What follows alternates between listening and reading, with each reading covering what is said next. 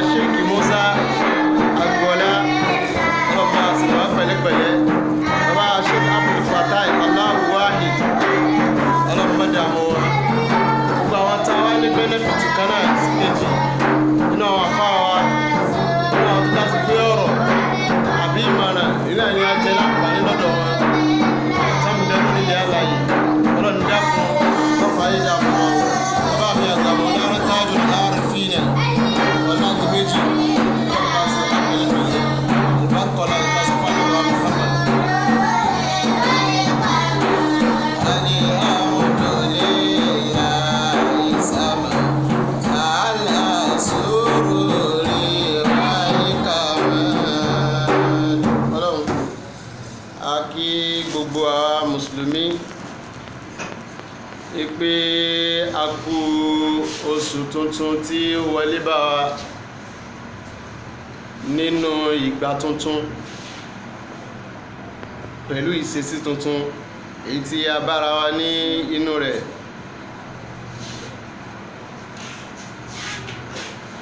Àṣẹ Ọlọ́run ló dé yìí nínú àwọn àṣẹ rẹ̀ àbí májẹ̀mú àbí kí a pè ní ọ̀ranyàn rẹ̀ nínú àwọn ọ̀ranyàn tó di ẹ̀tọ́ fún gbogbo tí ẹni tá bá pè ní mùsùlùmí láti má fojú di. Òun náà ni oṣù Ramadan tó wọlé tọ̀wá yìí. Àbẹ̀ Ọlọ́run ọba tí ó ní kí ó sojú wa kó dé bá wa láyé Ọlọ́run náà lábẹ́ bá ti ṣe bẹ̀rẹ̀ rẹ̀ yìí Ọlọ́run jẹ́ kí káwá kún àwọn tí ó yọrí rẹ̀. Àwọn àgbàlagbà máa ní èèyàn mẹ́ta ní ń ṣe preparation fún àwẹ̀. Wọ́n nínú àwọn ìran èèyàn mẹ́ta yìí tí wọ́n ń palẹ̀ mọ́ pé àwẹ̀ ń bọ̀. Nínú wọn àwọn kan sọ pé ń bọ̀ ni àwẹ̀ yẹn ò ní dé bá wọn láyé. Nínú wọn sì ń bẹ àwẹ̀ yóò dé bá wọn láyé. Àjọ kásámú bí wọ́n pàṣẹ pé tẹ̀ dáṣpà kásámú lánàá àmọ́ sábà bẹ̀rẹ̀ àwẹ̀ lẹ́nu ìdí ní kálukú dá tiẹ̀ kí nínú àwọn àrà tí ń ṣẹlẹ̀ náà ni o. Àwọn ìyàwó kásámú ti wọn ṣùgbọ́n ásámú yẹn náà làkí wọn àbí káwọn dè ní kán bá bẹ̀rẹ̀ àwẹ̀ ní first lane kán bá ti gba tèmi tán wọn sínú ayé mọ́ nìyẹn. Àwọn ẹ̀dá kan wá ń bẹ Ramadan tẹ́lẹ̀ ìta bẹ̀rẹ̀ yìí nínú àwọn tí wọ́n ṣe pípẹ́ tán bẹ̀rẹ̀ tán ṣe ìpalẹ̀mọ́ fún náà ni o. Àwọn àwẹ̀ yóò dé bá wọn láyé, àwọn bẹ̀rẹ̀ àwẹ̀, àwọn parí àwẹ̀, àwẹ̀ ní òtún dé bá wọn láyé, wọ́n tún máa gba oníranran àwọn àwẹ̀. Irú àwọn èèyàn bẹ́ẹ̀ ni kọ́lọ́ kó kàwá mọ́ kí ó má ṣe Ramadan àti ọdún yìí ní àgbàmọ́ fún wa. La títóbi Al-Qur'an Karim, la hawla wa la quwwata illa billah. Ọmọ ìyá mi tí a bá wo previous fídíò tí mo ṣe kọjá, mo sọ ń bẹ̀ pé akin, àwọn tí Yorùbá ń pè ní akin ni àwọn tí wọ́n lẹ́mìí sí títọ́ lọ́hùn. Àwọn ni ó gba Ramadan ilé ìta wà nínú rẹ̀ nítorí àwọn ìṣesí tí Ramadan náà tó dé bá wa. Bí yẹn bá jó nígbàgbọ́, ìròyìn tí Ọlọ́run fi ròyìn àwọn onígbàgbọ́ ni pé gbogbo nǹkan tó bá rò kó ṣẹlẹ̀ sí wọn. Qalu inna lillahi wa inna ilayhi raji'un. Ọ̀dọ̀ Ọlọ́run láti wá, ọ̀dọ̀ Ọlọ́run náà ni a padà sí. Gbogbo tó bá rò kó ṣẹlẹ̀ sí wọn, wọ́n gbà wípé Ọlọ́run náà ló mú wá. Èyí tó ṣẹlẹ̀ yìí náà láàrin yìí Ọlọ́run ló mú wá o. Ìṣesí Ọlọ́run ni mo fi sọ pé ìṣesí tuntun ni Ramadan dé bá wa nínú tí ò ṣẹlẹ̀ rí ó ṣẹlẹ̀. Tí ń lọ bí ayé Jímọ̀ márùn-ún báyìí sí kọ́ tí a kí Jímọ̀. Ásámú náà tó dé táwọn èèyàn máa ń palẹ̀ mọ́ fún a kásámú lé ní atẹ́ tí ò kiri gan tí ò kírun rí pé kò kí àwẹ̀ kò kírun rí. Àmọ́ Ásámú àkọ́kọ́ yẹn ó rẹ̀ lómi ó tún wá gbádá tuntun. Tẹ̀sùbá tó ti gbó tó ti bú mi tẹ́lómi ti fi kọ́ sí ní first Ásámú ti last year ó ti lọ rí àjọyọ̀ àkásámú lé ní o. Àwọn àgbẹ̀ àfà ìgbà ọ̀làbẹ̀rẹ̀ àkásámú náà kése pé wọ́n ní ẹ̀mí àti mọ́ kí Ásámú yẹn lọ àti mọ́ kírun lọ ṣùgbọ́n motivations tí Ramadan máa ń gbé wá ó kọjá bẹ́ẹ̀ nítorí àpẹẹrẹ tí ń bẹ lára rẹ̀ pé àfà ìgbà ọ̀là kí Ásámú ìgbà ọ̀là ní first Ásámú this and that. Wọ́n wo mọ́sálásí lánàá, ẹ̀rí wọn pa mí pé wọ́n ga o. Àwa rí mọ́sálásí máa ń rọ́ kásámú bá di tá ní fọ́sà sámú mọ́sálásí wa dá. Ṣẹgbẹ́sì sí tuntun ni. Tọ́ Ọlọ́run wa bẹ̀ ọ́. Ìṣesí yìí má fi da Nàìjíríà rú. Ọbídà Islam ní àgbàkọ̀lá ẹ̀ka sọ́fà ní wà fún ọmọ ẹ̀yà mi ọba tí ó dá tó sì rán Ànábì Muhammad sí wa ó fa àwọn mẹ́sẹ̀jì kan lẹ̀ tó pè ní compulsory ẹ gbọ́dọ̀ sí o tẹ́ bá ti jẹ́ mùsùlùmí àwọn kan wà tó wà compulsory ní àti ṣe ní Ramadan wa ń bẹ nínú Ramadan rukun min arkan al-Islam rukinu kan ni orígun kan ni àbí òpó kan ni àbí ètò kan ni nínú àwọn ètò Islam tí ẹni tá a bá pè ní mùsùlùmí gbọ́dọ̀ gbà in many circumstances tó bá ti bá wa a gbọ́dọ̀ gbà ọba mi ọ̀sọ́wọ́ Ànábì Muhammad olúwa ní ba'da ista'aza wal basmala olúwa ní ya ayyuhal ladhina amanu kutiba alaykumus siyam kama kutiba alal ladhina min qablikum la'allakum tattaqun nǹkan mẹ́ta àbí mẹ́rin ni mo fẹ́ kí a mú níbi fast tí Ọlọ́run sọ̀rọ̀ ayà tí Ọlọ́run sọ fún Ànábì ẹ̀kọ́ mẹ́ta tàbí mẹ́rin ló fẹ́ ká mú bẹ̀rẹ̀. Ọlọ́run kì í ṣe kinní kan àyàfi kó jẹ́ nítorí kinní kan. Àkọ́kọ́ tí mo fẹ́ ká mú bẹ̀ ni wípé Olúwa ní yá ayyuhal ladzina amanu ó specify ẹni o àdáyanrí gidi ló fún yẹn torí bí a ti rí àwọn ààyè tó ti sọ wípé yá ayyuhan nas tó pa àwọn èèyàn generally ṣùgbọ́n ó mọ̀ wípé tá ń pè ní Ramadan tá ń pè ní àwẹ̀ tó ń fẹ́ sọ wípé ká gbà yìí ó mọ̀ pọ́ ní òní nígbà ó mọ̀ pé ẹni tí fètè tí ìgbàgbọ́ rẹ̀ sóhun tó weak wọn bí da kò ní lè gbà kò wá qualify àwọn tí wọ́n tó fẹ́ kó gbà rẹ̀ kò qualify wọn pẹ̀lú kó sọ wípé yá ayyuhan nas ó wá qualify wọn pé pẹ̀lú kẹ́lìmọ̀ ayyuhal ladhina amanu onímọ̀pẹ̀ yìí èèyàn ó torí tí wọ́n pé náà àwọn èèyàn àwọn tí wọ́n wíkì lẹ́mìí tí wọ́n wíkì nígbàgbọ́ àwọn kan tí ẹ wà tán tí ẹ gbà rárá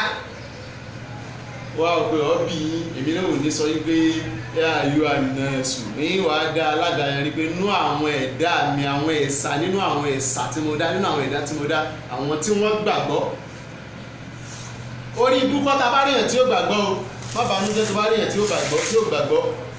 ìṣesí méjì tọ́lọ́run dáyé ni onígbàgbọ́ àti kèfèrí ẹni tó gbọ́ Ọlọ́run gbọ́ àti ẹni tí ò gbọ́ Ọlọ́run bá gbọ́ tó bá rí èèyàn kan tí ó gbàgbọ́ má wulẹ̀ bàánújẹ́ ìwọ ni kó dúpẹ́ lórí Ọlọ́run ní kó gbàgbọ́ kó dẹ̀ máa ṣàdúrà fún Ọlọ́run tó gbàgbọ́ àpọ́nlé ńlá ni pé Ọlọ́run categorize àwa sá mọ́ àwọn èèyàn tiẹ̀ alladhina amanu àwọn tó gbàgbọ́ àkọ́bẹ̀rẹ̀ pé ẹni tó gba Ọlọ́run ọba gbọ́ mùmínì ìlọlọ́run sọ wípé kó bá rẹ̀ torí pé a máa ń rí gbogbo oríṣiríṣi ìbéèrè náà táwọn èèyàn máa ń béèrè ṣé tí èèyàn bá ṣe gbá só lè gbà rẹ̀ sáwọn kìnnì kan sán lè gbà rẹ̀ sáwọn kìnnì kan sán lè gbà rẹ̀ ẹnu mi máa ń béèrè ẹnu pé láàárín Christian ti ń bá wa gbà rẹ̀ nígbà wọn kírun òun ilé ẹ̀sìn mùsùlùmí wa àmọ́ táwọn ẹ̀ bá ti dé òun máa ń gba àwẹ̀ Ramadan àwọn yẹn máa ń béèrè pé ẹsẹ Christian lè gbà ẹlòmíín náà wà mùsùlùmí náà ni Muslim by name orúkọ tí wọ́n sọ ẹ̀ ní fi ń jẹ́ mùsùlùmí àbí bàbá rẹ̀ tó bí àbí ìyá rẹ̀ tó bí ní fi ń jẹ́ mùsùlùmí kò sí nǹkan míì lẹ́yìn ìyẹn mọ́ tí Ramadan bá wá dé ẹ̀rù máa bàbá ẹ̀rù ni òbí yàfẹ́ ni òbí yàtọ̀ ni ó sáré kó ń gba Ramadan rẹ̀ ọ̀tí Ramadan bá tó ti tán orúkọ olókùn tí ó máa jẹ́ nínú Islam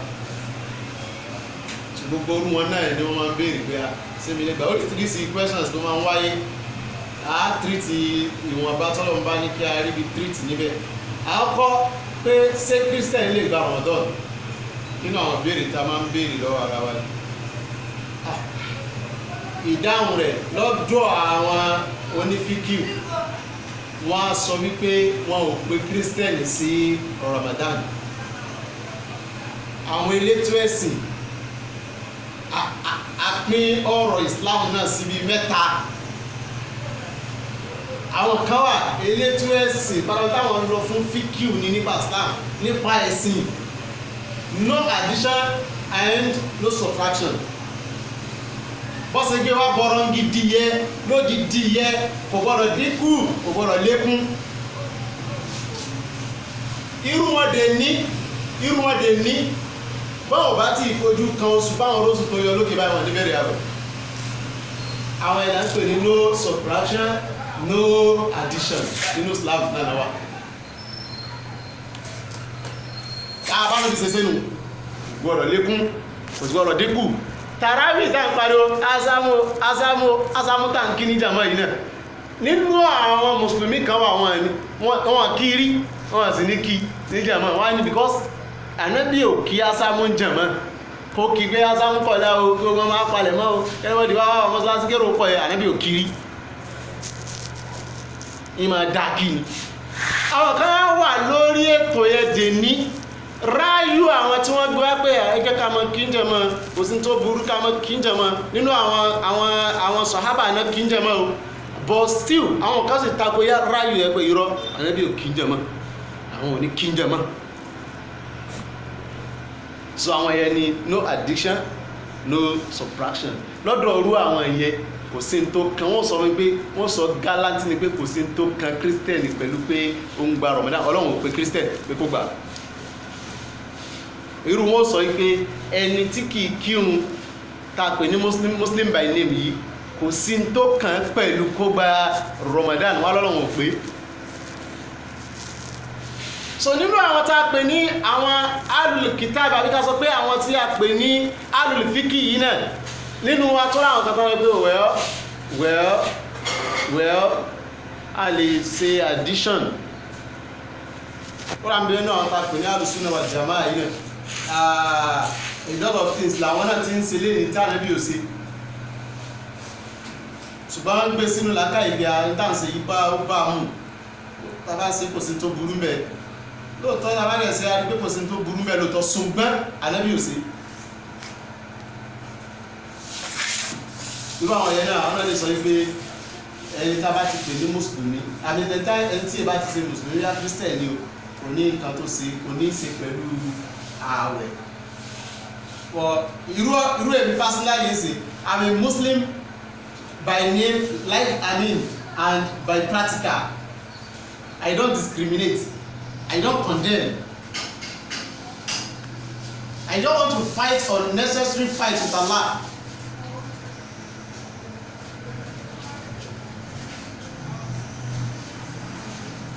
The Christian bá lóun fẹ́ mọ̀ gbà mí ní discourage ẹ̀ kó mọ̀ gbà. Èmi ò ní discourage ẹ̀ ìpè kó mọ̀ gbà nítorí ìdí mẹ́ta ni ò ní jẹ́ kí n discriminate ẹ̀. Owó tó ń gbọ́ mi náà lè mọ̀ pé ìsọkúsọ ló ń sọ ẹ̀sán ànábì ní kó gbà. Rántí ìjọ́ sí ọ̀rọ̀ tí ànábì ń rán màá wí.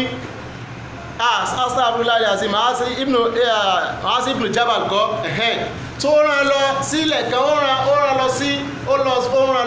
rán níṣẹ́ sí ìlú kan.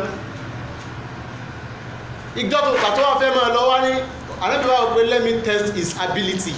Ẹni tí mo fẹ́ ránṣẹ́ ìjẹ́ kí n test ability ẹ̀. Wọ́n ní ìwọ tí mo fẹ́ ránṣẹ́ gẹ́gẹ́ bí representative mi tó fẹ́ lọ represent mi tó fẹ́ lọ gbẹ́nu mi sọ̀rọ̀ lọ́dọ̀ àwọn èèyàn tí mo ní kó lọ bá nílùú yẹn ó ní nísìnyí ló ń lọ yìí o tó bá dọ̀hún ó wá ń bá àwọn èèyàn sọ̀rọ̀ á wá béèrè ọ̀rọ̀ lọ́wọ́ rẹ ṣùgbọ́n tó ń béèrè lọ́wọ́ rẹ Kùránì ò sọ sí tí wàá fi lọ sọ pé ẹ jẹ́ kí n lọ mú reference ẹ̀ wá nínú Al-Qur'an Kùránì ò sọ nǹkan tó jọ bẹ́ẹ̀ nínú tábìrì ẹ̀ Kùránì ò sọ. Kí ni wàá ṣe ìwọ òjíṣẹ́ mi tí mo rán pé kó lọ represent mi wá ní ọ̀gá wa kò sí tí máa ṣe ju pé nígbà tí Kùránì ò sọ mo ti mọ̀ pé àdísì ó sọ so máa lọ mú reference mi sí béèrè tí wọ́n béèrè nínú àdísì. Ànábì wá rẹ̀ ní ànábì wá nọ́dà tó wá jẹ́ pé béèrè tán tó wá béèrè náà kò sí nínú àdísì náà kò sí nínú Kùránì báwo ló ti fẹ́ sí wàá sí ní ẹ̀wà náàbì kò sí tí máa ti pé máa lo senses mi máa lo ọgbọ́n orí mi tí ó sì jẹ́ ìbámu pẹ̀lú Al-Qur'an tí ó jẹ́ ìbámu pẹ̀lú hadith ṣùgbọ́n gbọ́dí tó sọ yẹn naturally it's not going to be found in Kitab Allah, how Sunnah to Rasul, but his own wisdom. With my own wisdom, I can say any Christian that wanted to fast, kò sí tó burú bẹ́ẹ̀ náà tó máa fẹ́ gbà, èmi kọ́ ni máa gbà lọ́wọ́ ẹ̀, èmi kọ́ ló fẹ́ gbà fún. Sáwẹ̀ wá rọrùn ni kéèyàn kan ló ń fẹ́ gbàwẹ̀, yóò já sí pé wọ́n ní kinní kankan, ó ní ìgbàgbọ́ kan, ó ní nǹkan kankan tó connect ẹ̀ mọ́ pé ó fẹ́ gbàwẹ̀ Ramadan. Tó kù táwọn máa ṣe fún ni pé tó fi lè mú yín gba 30 days Ramadan ní kí ló dé tẹ̀ wá fún mọ́ kírun. Then we call him or her to Islam with our attitude. Ìwà wa nígbà tó ti condemn ẹ̀ pé kò gbọdọ̀ gbàwẹ̀, tó sọ pé àbúbá gba àdúrà rẹ̀ ò ní gbà, kíní kan ò ní ṣe, tó ti condemn ẹ̀ to the core, ọ̀nà olùfẹ́ gbà tó fẹ́ fi pèsè Islam mọ́. Inshallah torí 30 minutes náà la ní nílẹ̀, a lè ti lo 20 minutes nínú rẹ̀ báyìí. Ó bá dọ̀la a máa sọ̀rọ̀ nípa arákùnrin kan tí adẹ́ṣẹ̀ ni, ó máa ń ṣẹ̀ gan, máa ń pàwọn èèyàn gan. Ó wá lọ bá ìkan nínú àwọn àfáà bí àfáà tiẹ̀ náà, bí ìwọ náà ṣe pè rẹ̀ láàfáà yìí. Ṣé pé bá béèrè lọ́rẹ̀ pé tí Christian bá béèrè lọ́rẹ̀ pé ṣé kò ń gbà rẹ̀ tí wọ́n sọ pé àbúrò gbà kò ní gbà, ọkàn fìyà jẹra ẹni, ó kàn ṣe kinní kan ni. Adẹ́ṣẹ̀ yìí lọ bá àfáà kan, ó wá sọ bá àfáà yìí, ó ní wọ àfáà yìí, ó ní ìrọ̀lẹ́ ọlọ́mọ àforíjì mi, mo ti ṣẹ̀ gan o, mo ti ṣẹ̀ gan, mo pààyàn gan, èèyàn tí mo ti pàǹsì ti 199, sọlọ́run àforíjì mi. Àfáà ní bí ìwọ náà ṣe máa sọ fún Christian yẹn, àfáà ní èyí tó ń ṣe yọ ọlọ́run ní foríjì. Inshallah wá di bí a tàbá ń tẹ̀síwájú, a sọ story yẹn parí. Nínú àwọn tí ọlọ́run fẹ́ kó gbààwẹ̀, al-mu'min billah,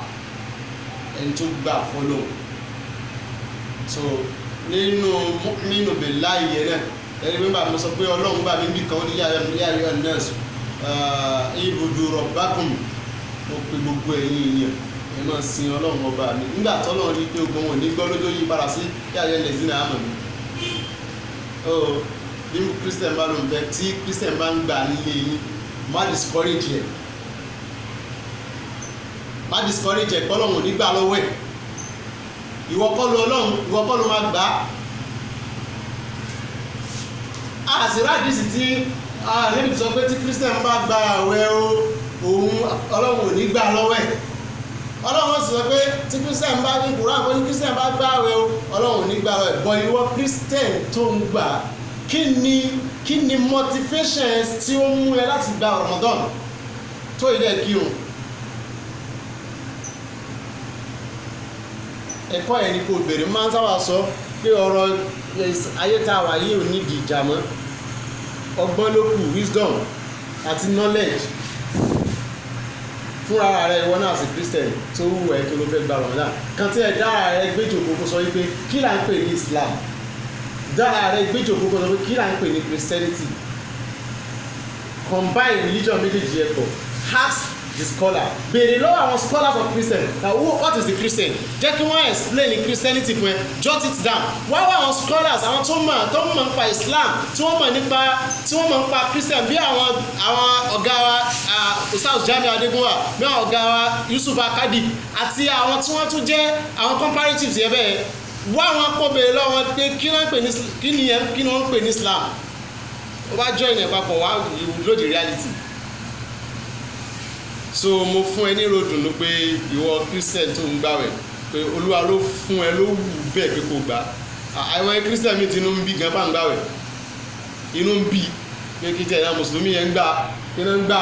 ọlọ́run ní kan gbàwẹ̀ tó ń takò wá, àwárí kan ti ń gbàwẹ̀, owó tó máa appreciate ẹ ní òwò náà. Ṣùgbọ́n ẹni tọ́lọ́run pè kó gbàwẹ̀, alladhina amanu, àwọn tó gbọ́ lọ́wọ́ bá gbọ́ ni. Lẹ́yìn yẹ ìyókù tí yẹn bá ń ṣe ń practice ni o. So inú àkọ́ tí mo fẹ́ kí a gèrò nínú àyà tọ́lọ ní alladhina amanu kutiba alaykumus siyam kama kutiba ala alladhina min qablikum la'allakum tattaqun. Alákọ̀ọ́kọ́ nù rẹ̀ ní ẹtí mẹ́fọ́ gé pé oríire ni pé kíyàn jẹ́ mùsùlùmí, oríire ni. ẹni tá a sì fẹ́ kó gba Ramadan mùmínì ni. kódà ẹni tó lè gbà kí ṣe pé ẹni tá a fẹ́ kó gbà let me put it like this kí ṣe pé ẹni tá a fẹ́ kó gbà ẹni tó lè gbà Ramadan ẹni tó nígbàgbọ́ wípé Ramadan ni àwẹ̀ ni tó nígbàgbọ́ pé Ramadan yẹn ó ní extraordinary power spiritual power ní ló fi gbà ebi rọrùn láti pamọ́ nù. irú ẹni bẹ́ẹ̀ nígbàgbọ́ pé that time Ọlọ́run máa ń gbọ́ àdúrà yẹn ìlójó gbà kò sígbà tó Ọlọ́run yẹn gbàdúrà yẹn ọ̀gbọ́n tí nínú Ramadan lè kéka nínú tí mo tún fẹ́ ká gé níbẹ̀ ibi tí a dúró ní èyí nìyẹn ó ní kama kutiba ala alladhina min qablikum àgbẹ̀ àwẹ̀ tí mo ní kẹgbà yẹn kìí sẹ́yìn nìkan ni mo ní kẹgbà àti àwọn kan náà ti wà ní síwájú yìí tí a sọ pé nínú tafsir nínú díkìrù tàbí sẹ̀rẹ̀ ti bẹ̀rẹ̀ annahu kana hawjaba alayhim faqad awjabahu ala man kana qablihim falahum fiha uswatun waliyashtahidu haula'i fi adai asal farida akmalu mimma fa'allahu haula'i kama qala ta'ala. àwẹ̀ tí a ń bẹ̀ àwọn kan ti gbà síwájú wa ó lè má dàbí bí àwa ti sì láì báwa ti ṣe ń láì tí wọ́n lè yàtọ̀ sí tiwa inú tí wọ́n náà ti gbọ́ rí ni pé Ànábì Ìsá alayhi salatu wassalam ló gbààwẹ̀ 40 days 40 nights Ànábì Mùsá àwọn Christian náà ní 40 days 40 nights tọ́mọ ń gbà Ànábì Sàkáríyáù níjọ́ tí ń wá ọmọ tó ń béèrè ọmọ lọ́dọ̀ Ọlọ́run fún mi lọ́mọ Ọlọ́run fún mi lọ́mọ Ọlọ́run fún mi lọ́mọ nínú tọ́lọ̀ fi gbòó náà tó fi dá lò ewu tó fún ní pé kó gbààwẹ̀ ọjọ́ mẹ́ta kó má báyàn sọ̀rọ̀ kó má jẹ kó má mu. Inshallah a máa tẹ̀síwájú ní ọ̀la tí a bá rí ẹni tó ní ìbéèrè kan sí kejì lórí ọ̀rọ̀ pa Ramadan tí kìí sí àwọn alákatakítí àwọn òkè discriminate Islam tó yé wa tán bàbá wa fi lé wa lọ́wọ́ tá a dẹ̀ tún kà síwájú sí ní tán bàbá wa fi lé wa lọ́wọ́ tá a wá rí pé ní tá a kà síwájú náà pa tàyàwọn bàbá wa tí wọ́n fi lé wa lọ́wọ́ kò pa lára àápàá bóyá lọ́nà ní kọ́rọ̀ kan wá lórí inú rẹ̀ náà nínú rẹ̀ ní ká sọ pé èèyàn gbọ́dọ̀ dọ̀bálẹ̀ fún yàn èèyàn gbọ́dọ̀ kúnlẹ̀ kíyàn èèyàn gbọ́dọ̀ sígbà kan fún yàn kí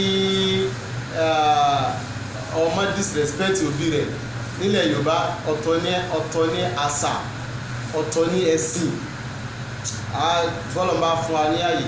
a sọ̀rọ̀ débẹ̀ àmọ́ gbogbo wọn ayé náà àtàwọn àti wọn náà níwájú Ọlọ́run kan náà lájọ wà bàtàwẹ̀ ní gbogbo aná lájọ ń kíra agbáwẹ̀. So bí a bá ní ìbéèrè tí a fẹ́ béèrè a lè comment tó ààyè bá gbà wá torí iṣẹ́ pọ̀ a lè má ráyè láti sọ pé a kọ́mẹ́ǹtì lórí ẹ̀ bá mẹ́sàgì wa náà adam bọ́tẹ́lì mẹ́sàgì WhatsApp number mi inshallah bóyá voice message wọ́n á respond sí WhatsApp number mi 081 14 71 10 another 14 that is 081 14 71 14 I mean 101010 that is 10 then 14 ọlọ́run kò wọlá anábà Muhammad Ramadan tí a ń bá lọ ní ọlọ́run jẹ́ kí oṣù ojú ẹ̀mí ká parí rẹ̀ lójú ẹ̀mí wa kí wọ́n má parí rẹ̀ lẹ́yìn wa gbogbo ẹ̀yìn tí ọlọ́run fi ṣe ìrànlọ́wọ́ fún wa torí ẹ̀rù ń bà wá tẹ́lẹ̀ pé Ramadan dé báwo la ṣe ṣe tẹ́lẹ̀ à ń gbé wá sí káàkiri fáwọn èèyàn kò sáàyè yẹn mọ́ àgbẹ̀tà wa náà kanlọ́kàn náà mọ́ wa kanlọ́kàn wa mú kọ́lẹ́jì wa ẹ ṣe wá àṣìṣọ́ online náà fáwọn èèyàn dátà ni ó mọ jẹ àfáàlà àfíṣẹ́ bí ilé àlà ń gbà kì inṣàlá o gbogbo iye dátà tí ó bá gbé àgbè gbogbo ròyìn bẹ́ẹ̀ Ọlọ́run wọn ní padà lẹ́yìn yín o Ọlọ́run mọ̀ kún yín Ọlọ́run wọn wà pẹ̀lú yín kò ní padà lẹ́yìn yín láíláí gẹ́gẹ́ bí mo ṣe àdéhùn pé gbogbo ìgbà tí n bá mú máìkì dání àbí gbogbo ìgbà tí n bá ń sọ̀rọ̀ mi ò ní máa gbàgbé personality DJ Mummy DJ Tiny àwọn méjèèjì ẹ wọ́n ṣe tó pọ̀ ní inú ìrìn àjò ètò ayé títọ̀dọ̀ ti tèmi Christian dẹ̀ làwọn méjèèjì ṣerú àwọn yẹn màmá náà lẹ́tàlì màmá sọ fún ọ̀pọ̀ yẹn ó wọ̀ náà wọ́n ṣe bẹ́ẹ̀ lórí I'm a Muslim they are Christian bọ̀ wọ́n ní àfà DJ Tiny àti DJ mọ́ra ní àfà gbogbo bí tẹ́ bá ti fẹ́ ṣe ẹ pè wá èmi kọ́ mo bí wọn DJ Tiny ègùn ló ń tiẹ̀ DJ mọ́mì bóyá mo dúró àbí kan I'm from Kwara State àmìjọ pàdé lẹ́kọ̀ọ́ yìí àwọn adúró ti ṣe ọlọ́run púpọ̀ lára mi DJ mọ́mì DJ Tiny lágbára ọlọ́run ẹ̀ ní wálẹ̀ ọlọ́run bá mi gbé yín lókè oríire ayé yóò tẹ̀ yín lọ́wọ́ wà ní bàtọ̀rún náà jẹ́ máa yín lọ́wọ́ àgbàkọ́lá ìtàsífà nígbà Muhammad ìyá Mustapha onítọ́kí jasakillahu khairan jasa ọlọ́run ní para lẹ́yìn tí yín náà àti gbogbo ẹ̀yin tí a tún bára máa dárúkọ yín tí wà bí Ramadan ti ṣe ń lọ ọlọ́run ní para lẹ́yìn yín gbogbo ẹ̀yin tí ẹ̀ ń wò wá náà tí ẹ̀ ń fìfẹ́ tí ẹ̀ ń like tí ẹ̀ ń fìfẹ́ tí ẹ̀ ń comment lórí tí ẹ̀ ń fìfẹ́ tí ẹ̀ fi ń share fídíò wa ọlọ́run ọba láyé lọ́run onídáyé dára yín ọlọ́run tó dá Al-Qur'an kiri gbogbo ẹni tó ń fẹ́ mi ọlọ́run bá mi fẹ́ wọn gbogbo ẹni tó ń fẹ́ mi Ya Rabbi bá mi fẹ́ wọn afẹ́nifẹ́ rí tó ń fẹ́ Nàjímù ọlọ́run bá mi fẹ́ wọn ọkùnrin tó ń fẹ́ mi jẹ́ kí wọ́n máa rí sí obìnrin tó ń fẹ́ mi jẹ́ kí wọ́n jù wọ́n máa ọmọdé tó ń fẹ́ mi bá mi dá wọn lágbà o afẹ́nifẹ́ rẹ tó ń fẹ́ Nàjímù ọlọ́run bá mi fẹ́ wọn kò ní ṣòro fún yín gbogbo ẹ̀yin tẹ́ ń fẹ́ mi kò ní lè má yọ ẹ̀yin tẹ́ ń fẹ́ mi afẹ́nifẹ́ rẹ tó ń fẹ́ Nàjímù ọlọ́run bá mi fẹ́ yín gbogbo ẹ̀ tí ẹ̀ ń fẹ́ mi lápapọ̀ lọ́kùnrin lóbìnrin lọ́mọdé lápapọ̀ ọlọ́run ní para lẹ́yìn àti àtúfà àlùbà Muhammad tí a gbọ́ ní ìní kọ́lọ́n kó má ṣe lágbòmí fún wa inshallah àti àtúpàdé ní ọ̀la ní aago 5 ọlọ́run kó sọ wájú ọ̀la lọ subhana rabbika rabbil izzati amma yasifun wassalamu ala al-mursalin alhamdulillahi rabbil alamin sallu ala rasulil karim.